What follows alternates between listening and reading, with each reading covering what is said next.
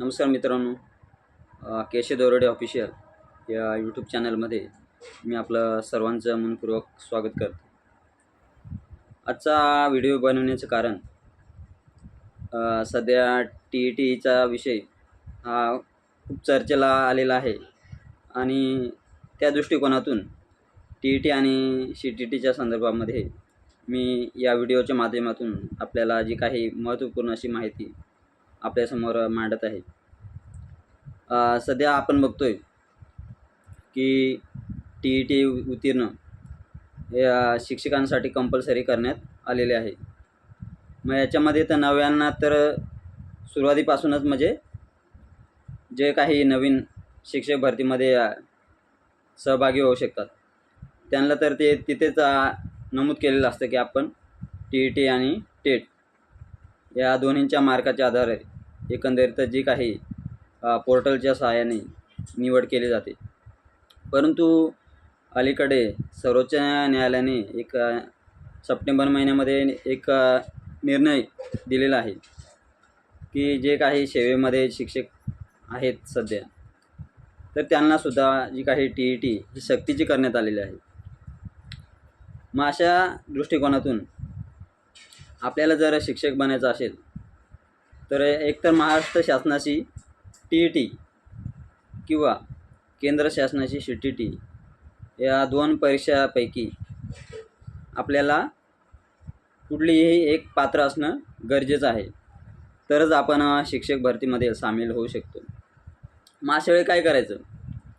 आता TETचे जे काही आवेदन प्रक्रिया ही तर चालू झालेलीच आहे आणि नोव्हेंबरमध्ये ती परीक्षा होणार आहे. डेटसुद्धा एक्सटेंड झालेली आहे, म्हणजे 23 नोव्हेंबरला परीक्षा आहे TETची. आणि मग आपण आवेदन भरले असेल तर आपण अभ्यासाची तयारी चालू ठेवा.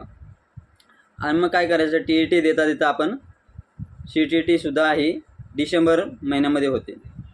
म्हणून त्या दृष्टिकोनातून आपण TET आणि केंद्र शासनाची CTT या दोन्ही परीक्षांचा आपण तयारी जर चालू ठेवलो तर आपण नक्कीच ती आपण क्रॅक करू शकतो. म्हणून TETसोबतच CTTचाही आपण अभ्यास चालू ठेवा किंवा त्या संदर्भामध्ये दोन्हीपैकी कुठली एक उत्तीर्ण असले गरजेचं आहे. जर आपण का CTT उत्तीर्ण झाला तर त्याचा फायदा तुम्हाला मी सांगतो. CTT जर आपण उत्तीर्ण केली तर त्याच्यामध्ये जे काही सेंट्रल गव्हर्नमेंटच्या शिक्षक भरती वॅकेन्सी असतात त्याच्यामध्ये पण आपण सहभागी होऊ शकतो. जसं की KVS असेल. आता अलीकडेच बघा एक दिल्लीचा वॅकेन्सी आलेली आहे. मग तिथं पण आपण जर CTT उत्तीर्ण असला किंवा असतील काही उमेदवार ते त्या ठिकाणी आपण अप्लाय करू शकतो. म्हणून दोन्हीपैकी कुठली आपण एक जरी उत्तीर्ण असला तरीसुद्धा आणि दोन्ही जर असले तर अगदी चांगली गोष्ट आहे. म्हणजे आपण एक तर महाराष्ट्र शासनाच्या याच्यामध्ये किंवा केंद्र शासनाच्या अशा दोन्हीकडे आपण एलिजिबल असू शकतो. त्यामुळे आपण नक्कीच चांगली तयारी करा आणि TETसोबतच आपण CTT ही परीक्षेचा अभ्यास चालू ठेवा.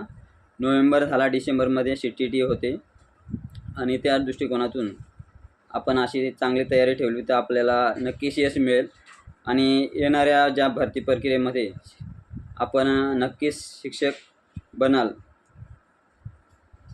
अशी मी आशा बाळगतो. तसेच आपल्याला जर माझा व्हिडिओ आवडला असेल तर नक्कीच लाईक करा आणि माहिती आपल्या मित्राला शेअर करा.